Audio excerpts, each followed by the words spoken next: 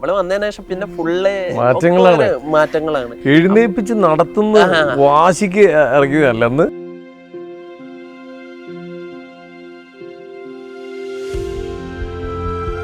ഞാൻ ഇത് പറ്റിയതിനു ശേഷം അവിടെ ബാസ്കറ്റ് ബോളൊക്കെ കളിക്കാൻ പോകും. എനിക്ക് പണ്ടേ ഞാൻ ഫുട്ബോൾ കളിക്കാനായിരുന്നു ഒത്തിരി ചെറുപ്പം മുതലേ കളിക്കുന്നത്. കാലുകൊണ്ട് ഇനിയിപ്പോൾ അത് തട്ടാൻ പറ്റാത്തതുകൊണ്ട് ഞാൻ കൈ കൊണ്ട് തട്ടും. നാഷണൽ പോയിട്ട് ഒരു ബ്രോൺസ് ഒക്കെ മേടിച്ചത്. ഇപ്പൊ വീൽ ചെയറിലിരുന്നു. വീൽ ചെയർ ഒരു ഇത് കിട്ടിയായിരുന്നു. തമിഴ്നാട് ഗവൺമെന്റ് ഒക്കെ ഒരു ഗോൾഡിന് 5 ലക്ഷം കൊടുക്കുന്നു. ആ ചേച്ചിന്റെ മോനും ഇങ്ങനെ ഡിസബിൾഡ് ആയിട്ടുള്ള 8 വർഷത്തോളം കളിക്കുന്നുണ്ട്. പക്ഷെ നമ്മുടെ കേരള ഗവൺമെന്റിന്റെ ഭാഗത്ത് നിന്ന് വരെ പൈസ പോലും കിട്ടുന്നില്ല എന്നാണ്. വീൽ ചെയർ ഫെസിലിറ്റി എല്ലായിടത്തും വേണമെന്നാണ് എനിക്ക് പറയാനുള്ളത്. ഇപ്പൊ മെട്രോ എങ്ങനെയാ നമുക്ക് വീൽ ചെയറിൽ കയറാം, ലോങ് പോകാൻ പറ്റൂലല്ലോ. സ്റ്റെപ്പ് ഇന്നെ എടുത്ത് കയറി, പക്ഷെ ഫ്രണ്ടിലാ ചെന്ന്, പിന്നെ ബാക്കിലാ ഞങ്ങളെ സീറ്റ്. അപ്പൊ ആൾക്കാരൊക്കെ ഞങ്ങളെ നോക്കും. ആർമിക്കാർ എന്നെക്കാട്ടും സീനിയറാണ്, എന്നെ സാറേന്ന് വിളിക്കും. ഞാൻ പറഞ്ഞു സാറേ ഞാൻ നിങ്ങളെക്കാട്ടും ജൂനിയറാണ്. നിങ്ങളെ കഥ കേട്ടപ്പോൾ തന്നെ എനിക്ക് തന്നെ ഒത്തിരി റെസ്പെക്ട് തോന്നിയാണ്, അതുകൊണ്ടാണ് സാറേന്ന് വിളിക്കുന്നത്.